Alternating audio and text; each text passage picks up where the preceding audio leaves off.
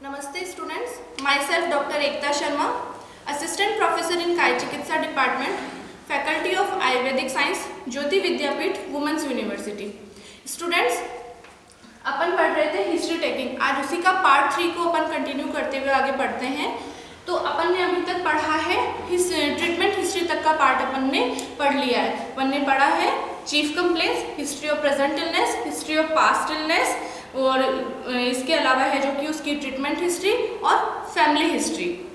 Next अपन बात करते हैं इसके अंदर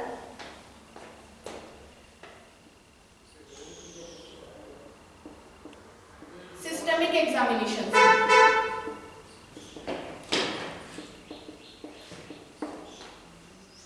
सिस्टमिक एग्जामिनेशंस की बात करें तो इसके अंदर हैं जो कि अपने अलग अलग सिस्टम्स होते हैं, like gastrointestinal system, cardiovascular system,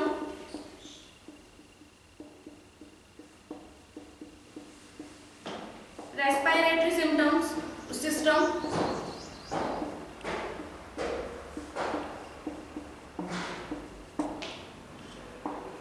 locomotor system,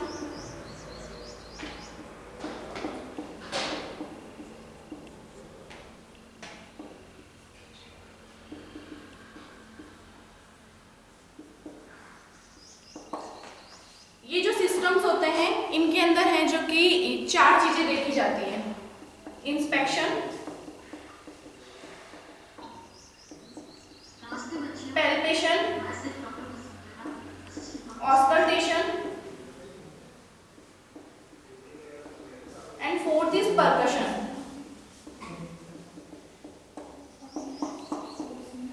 ये चारों पॉइंट्स हैं जो कि अलग अलग सिस्टम में देखे जाते हैं। पेशेंट का है जो कि इस तरीके से इंस्पेक्शन मीन्स अपन है जो कि आईज से विजिबल करके जो जो चीजें देख सकते हैं वो इसके अंदर पर्टिकुलरली हर सिस्टम के आगे उसका मेंशन किया जाता है। पैल्पेशन मीन्स पैल्पेट करके जो भी सिस्टम में अपने को देखने को मिलेगा, जैसे कि लोकोमोटर सिस्टम में है जो कि अपन है जो कि हाथ लगा करके क्रेपैटस वगैरह देखते हैं, या फिर जीआईटी के अंदर है जो कि अपन हाथ लगा करके है जो कि उसके एब्डोमेन की कंडीशन देखते हैं, वो पैल्पेशन के अंदर आएगी। ऑस्कल्टेशन के अंदर है जो कि अपन जो भी सुनने की कोशिश करते हैं इसके अंदर उस सिस्टम से रिलेटेड जो भी चीजें होगी ऑस्कल्टेशन है जो कि रेस्पिरेटरी सिस्टम के अंदर है जो कि ज्यादा काम आता है। नेक्स्ट आता है परकशन। परकशन के अंदर होता है जो कि पेशेंट को है जो कि लेटाकर या बैठाकर जैसे भी कंडीशन हो उसके अंदर है जो कि इन फिंगर्स का इस्तेमाल करते हुए इस तरीके से देखते हुए इस तरीके से परकस करके देखते हैं और उसके अंदर जो भी सिम्टम्स अपने को देखने को मिलते हैं वो अपन इसके अंदर मेंशन करते हैं। सिस्टमिक एग्जामिनेशन है जो कि अपने आप में ही है जो कि एक बहुत ही ब्रॉड चैप्टर है जिसके बारे में अपन बाद में पढ़ेंगे। इसके अलावा आता है इसके अंदर नेक्स्ट पॉइंट की अगर अपन बात करें तो नेक्स्ट इसके अंदर आता है जनरल एग्जामिनेशन।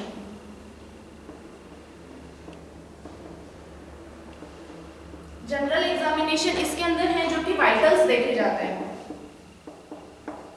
जैसे कि पेशेंट का blood pressure, pulse rate,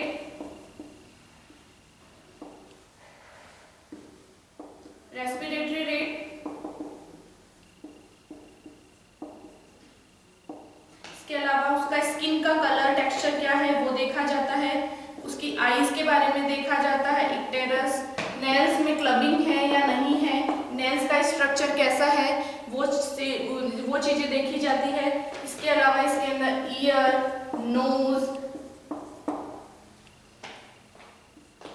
hairs, gate उसकी प्रॉपर है या नहीं है, प्रॉपर कंडीशन में वो चल रहा है या नहीं चल रहा, चाल किस तरीके की है, ये सारे फैक्टर्स है जो कि इसके अंदर देखे जाते हैं।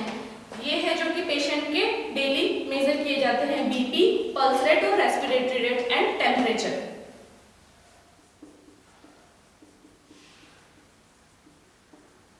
ये डेली आईपीडी लेवल पे भी है जो कि इनको डेली मेजर किया जाता है और आईपीडी शीट में है जो कि डेली मेंशन किया जाता है।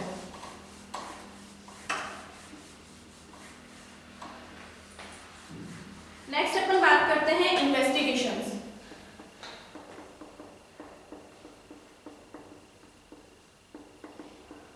नेक्स्ट इन्वेस्टिगेशंस की अगर अपन अपन बात करें तो पेशेंट अपने पास जो भी कंप्लेन लेके आया है उस कंप्लेन के रिगार्डिंग जो भी अपने को है जो कि लेबोरेटरी इन्वेस्टिगेशन से जो कि कराने होंगे वो इसके अंदर है जो कि मेंशन किए जाते हैं।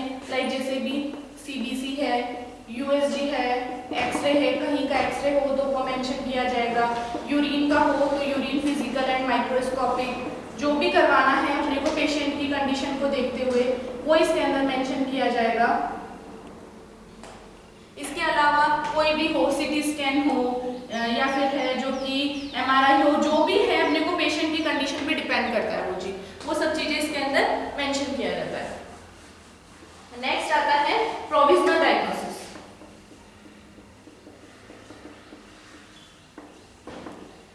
प्रोविजनल डायग्नोसिस की बात करें तो दो तरीके के डायग्नोसिस अपने को देखने को मिलते हैं, एक है प्रोविजनल डायग्नोसिस और एक होता है फाइनल डायग्नोसिस। प्रोविजनल डायग्नोसिस में क्या होता है कि अपन ने पेशेंट की कंप्लेंट्स नोट देखी और उन कंप्लेंट्स को ऑब्जर्व करके जो भी अपन को लगा कि पेशेंट को ये कंप्लेंट हो सकती है तो वो अपन को किया जाता है प्रोविजनल डायग्नोसिस। ये प्रोविजनल डायग्नोसिस कोई जरूरी नहीं है कि कोई एक ही डिजीज हो सकता है कि अपन को इसमें डिफरेंशिएट भी करना होता है, तो इसमें साथ साथ एक और चीज भी देखी जाती है, differential diagnosis.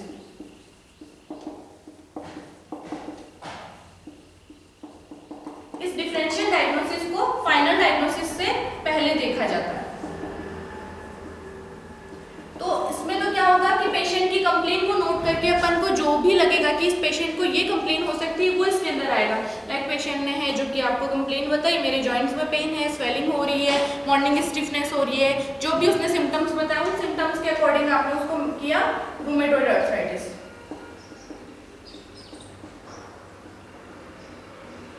But rheumatoid arthritis के सिम्टम्स है बहुत सारी डिजीज में क्या होता है अपने को गाउट से और ऑस्टियोआर्थराइटिस से सिमिलर मिलते हैं। तो जिन जिन डिजीज से सिमिलर होते हैं उनके सिम्टम्स, साइन एंड सिम्टम्स वगैरह वो डिफरेंशियल डायग्नोसिस में मेंशन किए जाते हैं। उनसे अपन उनका डिफरेंशिएट करेंगे उनके सिम्टम्स को देखते हुए।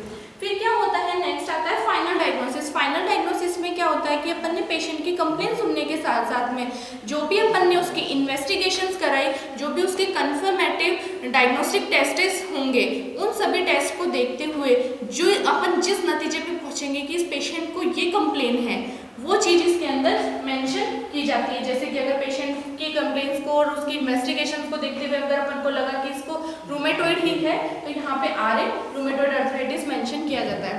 तो हिस्ट्री टेकिंग का जो गोल होता है मेन ये भी होता है कि पेशेंट के जो भी सभी मेडिकल इवेंट्स को एक जगह इकट्ठा करने के साथ साथ उसके फाइनल डायग्नोसिस तक पहुँचना, प्रोविजनल डायग्नोसिस से उसकी फाइनल डायग्नोसिस तक पहुंचना, क्योंकि फाइनल डायग्नोसिस तक पहुंचने के बाद में ही है जो कि अपन उस पेशेंट का अच्छे से ट्रीटमेंट कर सकते हैं। ये सभी हो गया। इसके बाद में है जो कि दो ही पॉइंट्स हैं जो कि इसके अंदर देखे जाते हैं, ट्रीटमेंट में पेशेंट को जो भी मेडिकेशंस देनी होंगी वो इसके अंदर मेंशन की जाती है, उसके टाइम ड्यूरेशन के साथ में कि इसको कब कब किस किस तरीके से कौन कौन सी मेडिसिन देनी है वो इसके अंदर पूरा मेंशन किया जाता है। ये भी टाइम के साथ जो मेडिसिन पहले देनी होगी वो पहले मेंशन होगी और जो बाद में देनी होगी वो बाद में होगी। मॉर्निंग में देनी है, इवनिंग में देनी है, कितनी डोज में देनी है, पूरा अच्छे से इसका है जो कि प्रिस्क्रिप्शन राइटिंग लिखा जाता है। नेक्स्ट आता है इसका dos and don'ts. Dos and don'ts के अंदर आता है कि पेशेंट के लिए, जिसे अपन अपने आयुर्वेद की भाषा में अगर कहें तो पथ्य एवं अपथ्य।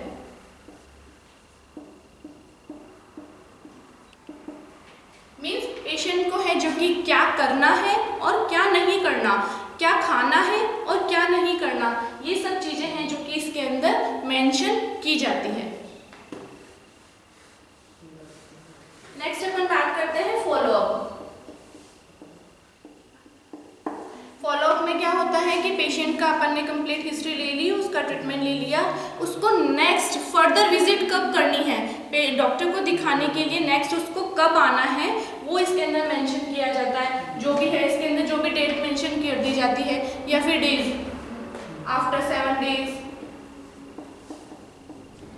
या 10 डेज या 15 डेज, जनरली है जो कि 7 या 15 डेज है जो कि इसके अंदर लेके चला जाता है। अपने आयुर्वेद में मोस्टली 15 डेज तक तो ट्रीटमेंट दिया ही दिया जाता है। तो ये अपन ने पढ़ा था कंप्लीटली हिस्ट्री टेकिंग के सभी पॉइंट्स के बारे में। इसके वापस एक बार ब्रीफ में आते हैं। इसके अंदर सबसे पहले पेशेंट का है जो कि पर्सनल डेटा कलेक्ट किया जाता है, उसके बाद chief complaints, history of present illness, history of past illness, इसकी ट्रीटमेंट हिस्ट्री, फैमिली हिस्ट्री। इसके अलावा है जो कि इसके जनरल एग्जामिनेशंस है, सिस्टमिक एग्जामिनेशंस, जो भी इन्वेस्टिगेशंस कराए जाते हैं वो। इसके हैं जो कि provisional diagnosis, differential diagnosis, final diagnosis, treatment, dos and don'ts, and next is last follow. तो ये अपन ने पढ़ा है कंप्लीट हिस्ट्री टेकिंग के बारे में। Thank you.